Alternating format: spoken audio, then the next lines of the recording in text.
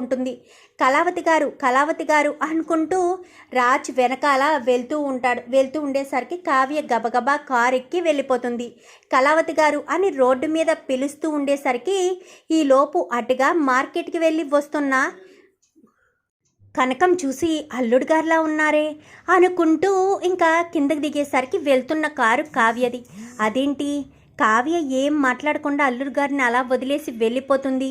అయినా అల్లుడు గారు చనిపోయారని వాళ్ళ ఇంట్లో అనుకుంటున్నారు, మరి అల్లుడు గారు ఇక్కడే ఉన్నారు కదా అని చెప్పి ఇంకా గబగబా దగ్గరికి వెళ్ళేసరికి బాబు అని చెప్పాను కానీ ఎవరండి మీరు అని చెప్పాను కానీ అదేంటి బాబు నేనెవరో నీకు తెలియదా అని చెప్పాను కానీ నిజంగా మీరెవరో నాకు తెలియదు, నేనెవరో మీకు తెలుసా అని చెప్పనేసరికి మీరు నాకు తెలియకపోవడం ఏంటి, మా కావ్య వాళ్ళ హస్బెండ్ అని చెప్పాను కానీ ఏంటి నేను మీ కావ్య వాళ్ళ హస్బెండ్నా, ఏం మాట్లాడుతున్నారు అని చెప్పాను కానీ నిజం మాట్లాడుతున్నాను బాబు, మీ అమ్మ మీ నాన్న మీ నానమ్మ గారు అందరూ మీకోసం ఎంతగానో బాధపడుతున్నారు, మీరెక్కడ ఉంటున్నారు, మీరు ఎవరిని పిలుస్తున్నారు, వెళ్తుంది ఎవరనుకుంటున్నారు, తన పేరు కావ్య, అదే మీరు ఎంతో ముద్దుగా కళావతి అని పిలుచుకునే కావ్య, తనే మీ భార్య కదా అని చెప్పనేసరికి ఏం మాట్లాడుతున్నారు, తను నా భార్య అని చెప్పాను కానీ అవునండి తను మీ భార్య, మీరేంటి మేమెవరో తెలియనట్టు మాట్లాడుతున్నారు అని చెప్పాను కానీ సారీ మీరెవరో నిజంగా నాకు తెలీదు, తను నాకు ఏమవుతుందో కూడా నాకు తెలీదు, ఎందుకంటే నాకు జరిగిన యాక్సిడెంట్లో నేను గతాన్ని మర్చిపోయాను, నా గతం తాలూకు జ్ఞాపకాలేమీ నాకు తెలియదు, అందుకే నేను అడుగుతున్నాను తను నా భార్యనా అని చెప్పాను కానీ అవును బాబు తను మీ భార్యే, నేను వాళ్ళమ్మని అంటే నీకు అత్తగారిని అవుతాను, మీ ఫ్యామిలీ దుగ్గిరాల ఫ్యామిలీ అని చెప్పనేసరికి అయితే మీరు మా ఇంటికి తీసుకెళ్ళగలరా అని చెప్పాను కానీ తప్పకుండా బాబు అని చెప్పనేసరికి రండి రండి అని చెప్పి ఈలోపు కనకాన్ని కాస్త కారు ఎక్కించుకుంటాడు. ఇంకా కావ్య బాధపడుతూ వెళ్ళిపోతూ ఉంటుంది. అమ్మ అతను మన రాజ్ సారే కదా అని చెప్పాను కానీ అవును యాదగిరి అని చెప్పాను కానీ అదేంటమ్మా రాజ్ సార్ని అక్కడే వదిలేసి వచ్చేస్తున్నారు, రాజ్ సార్ కోసమే ఇంట్లో వాళ్ళంతా కూడా తల్లడిల్లుతున్నారు కదమ్మా అని చెప్పాను కానీ మీ రాజ్ సార్కి గతం మర్చిపోయారు, ఇప్పుడు నేను గతాన్ని గుర్తు చేసే పరిస్థితి వస్తే ఆయనకి ప్రమాదం జరుగుతుందని నేనెవరన్న విషయం ఆయనకి చెప్పలేకపోతున్నాను, ఆయన మీరు నాకు ఏమవుతారు అని అడుగుతుంటే ఏం చెప్పాలో అర్థం కాక నేను ఇలా వచ్చేస్తున్నాను యాదగిరి అని చెప్పాను కానీ అదేంటమ్మా మీరు తన భార్యని మీకు ఫ్యామిలీ ఉందని మీరు చెప్పాలి కదమ్మా అని చెప్పనేసరికి అలా చెప్తే ఆయన ప్రాణానికే ప్రమాదం జరుగుతుందంట, ఆయన గతాన్ని మర్చిపోయారు కదా, ఇప్పుడు బలవంతంగా గతం గుర్తు చేస్తే ఆయన నరాలకి ఏదైనా ప్రాబ్లం అవుతుందని చెప్పి డాక్టర్ చెప్పారు, అందుకని ఏం చేయాలో అర్థం కాక ఇలా నరకయాతన అనుభవిస్తున్నాను అని చెప్పి యాదగిరికి అయితే తన బాధను చెప్తుంది. ఇంకా ఇంటి దగ్గర కావ్య ఒకటి రెస్టారెంట్లో కూర్చుని మాట్లాడుకోవడం ఇదంతా కూడా రుద్రాని రాహుల్ కలిసి వీడియో తీశారు కదా, ఆ వీడియోని రచ్చ చేస్తూ ఉంటారు. రచ్చ చేస్తూ ఇంటి దగ్గర కావ్యకు పిచ్చి పట్టిందని, కావ్య తనలోనే తను మాట్లాడుకుంటుందని రాజ్ ఉన్నట్టుగానే భావించి రెస్టారెంట్కి వెళ్ళి రాజ్తో మాట్లాడుతున్నట్టుగానే తను ఒంటరిగా ఎవరో ఉన్నట్టుగానే మాట్లాడుతుందని మొత్తం వీడియో చూపించేసరికి ఇంట్లో వాళ్ళంతా కూడా షాక్ అయిపోతారు. ఏంటపర్ణ ఏంటిది అని చెప్పాను కానీ కావ్యకు రాజ్ మీద ఉన్న ప్రేమ అత్తయ్య గారు, రాజు లేడు అని మనం చెప్తున్నా వినిపించుకోకుండా కావ్య ఉన్నాడనే భ్రమలోనే ఉంది, ఇలానే ఉంటే కావ్య పరిస్థితి ఏమవుతుందో ఏంటో అనుకుంటూ ఏడుస్తూ ఉండగానే కావ్య కాస్త ఇంటికి రానే వస్తుంది. అదిగో మన కథలో కథానాయికి వచ్చింది అని చెప్పి రుద్రాని అనేసరికి ఈలోపు టీవీలో ఉన్నది కాస్త చూసి ఒక్కసారిగా షాక్ అయిపోతుంది కావ్య. ఏంటమ్మా నీకు పిచ్చి పట్టింది అంటే ఎవరూ నమ్మలేదు, నేనేదో నిన్ను కావాలని బ్లేమ్ చేస్తున్నానని అన్నారు, మరి నువ్వు చూసుకో, నీ కంటితో నువ్వే చూసుకో, అక్కడ ఎవరున్నారని నీలో నువ్వే కదా మాట్లాడుకుంటున్నావు, ఎవరూ ఎదురుగా లేరు కదా, అలాంటి తప్పుడు నీకు పిచ్చి పట్టింది కదా, నువ్వు పిచ్చిదాని అయిపోయావు కదా అంటూ ఇంకా రుద్రాని మాట్లాడేసరికి చూడండి రుద్రాని గారు, మీకు 1 రోజులు సమయం ఇచ్చాను, 1 రోజుల్లో నా భర్తను తీసుకొచ్చి మీ ముందు నిలబెడతానని, ఆ తర్వాత మీకు ఇష్టం వచ్చినట్టుగా నన్ను తీసుకురాని పక్షంలో నన్ను పిచ్చాసుపత్రికి పంపించాల్సిందని చెప్పాను అని చెప్పి మాట్లాడుతూ ఉండగానే అవసరం లేదు కావ్య అంటూ కనకం వస్తుంది. ఏ కనకం, ఇంకా నువ్వు మిగిలిపోయావా అనగానే నీకులాంటి దానికి బుద్ధి చెప్పాలి అంటే నాలాంటి వాళ్ళు ఉండాలి కదా రుద్రాని, అందుకోసమనే నీ నోరు ముయించాలని ఈ ఇంట్లో వాళ్ళంతా కూడా సంతోషంగా ఉండాలి అని ఒక వ్యక్తిని తీసుకొచ్చాను అంటూ మాట్లాడేసరికి ఎవరిని తీసుకొచ్చావు, నా నోరు మూయించే వ్యక్త, ఎవరేంటి అతను అని చెప్పాను కానీ రండి బాబు అని చెప్పాను కానీ ఇంకా రాజు ముందుకొచ్చి నిలబడతాడు. అందరినీ కూడా వింతగా చూస్తాడు. చూసేసరికి ఒక్కసారిగా అందరూ కూడా షాక్ అయిపోతారు.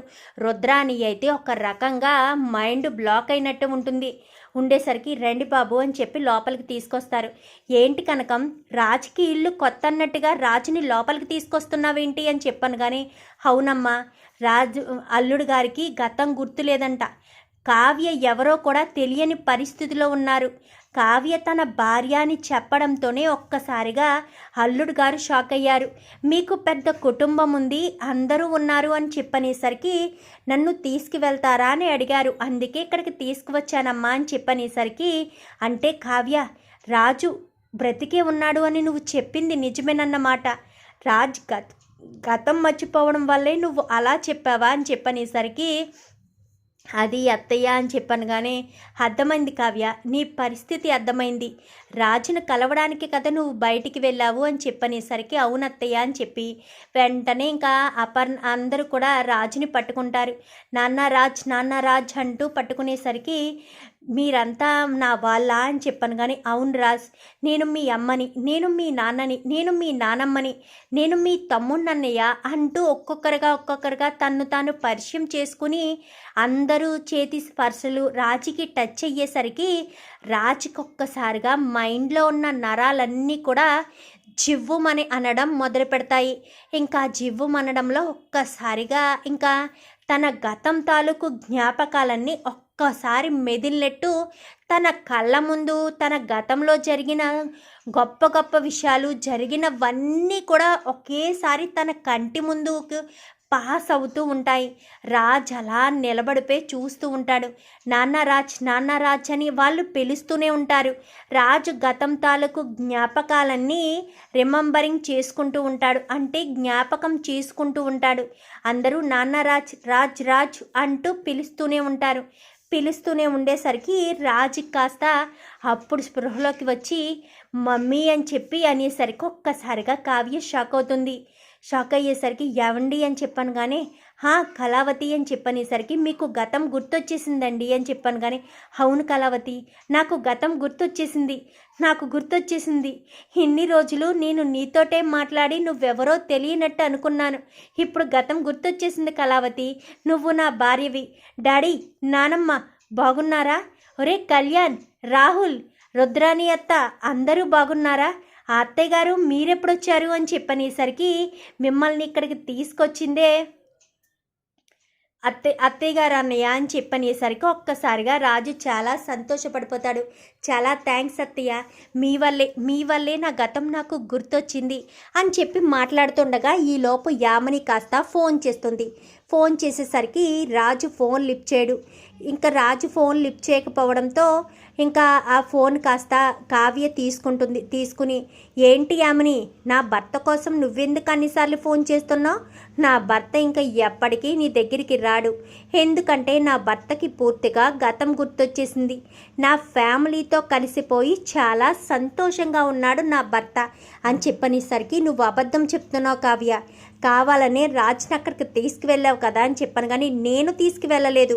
విధి తీసుకొచ్చింది. నన్ను నా భర్తను విడదీయాలని నువ్వెన్ని ప్లాన్లు వేసినా నన్ను నా భర్తను మాత్రం నువ్వు ఎప్పటికీ విడదీయలేవు. అది నీ వల్ల కానే కాదు. అది నువ్వు అర్థం చేసుకోలేకపోయావు. మాది జన్మల బంధం. మా ఇద్దరి మధ్య ఎన్ని గొడవలు ఎన్ని ప్రాబ్లమ్స్ వచ్చినా కానీ మేము ఎప్పుడూ విడిపోవాలని అనుకోలేదు. అలాంటిది మా ఇద్దరి మధ్య పెద్ద అగాధం సృష్టించి నువ్వు మమ్మల్ని విడదీసి నా భర్తతో నువ్వు సంతోషంగా ఉందామనుకున్నావా? అది ఎప్పటికీ జరగనివ్వను అంటూ ఇంకా కావ్య మాట్లాడేసరికి ఒక్కసారిగా ఇంకా యామిని షాక్ అయిపోతుంది. ఇంకా ఈ ఫోన్కి నువ్వు చేసే అవసరం లేదు, ఈ ఫోన్తో నా భర్తకు అవసరమూ లేదు అంటూ ఫోన్ని కాస్త పక్కన పడేసి స్విచ్ ఆఫ్ చేసేస్తుంది. ఇంకా యామిని అయిపోయింది, అంతా అయిపోయింది, నేను అనుకున్నవన్నీ కూడా నెరవేరుతాయి అనుకున్నాను, అన్నీ బూడిదలో పోసిన పన్నీర్ అయిపోయింది అని చెప్పి అనుకుంటూ ఉంటుంది యామిని. మొత్తానికైతే కనకం గుర్తు చేయడంతో రాజు గతాన్ని గుర్తు చేసుకుంటాడు. చూద్దాం మరి రాబోయే ఎపిసోడ్స్లో ఇలాగే జరగాలని మీరు కూడా కోరుకుంటే వీడియో నచ్చితే లైక్ చేయండి, ఛానల్ని సబ్స్క్రైబ్ చేసుకోండి, పక్కనే ఉన్న బెల్ సింబల్లో ఆల్ పై క్లిక్ చేయండి. Thank you for watching.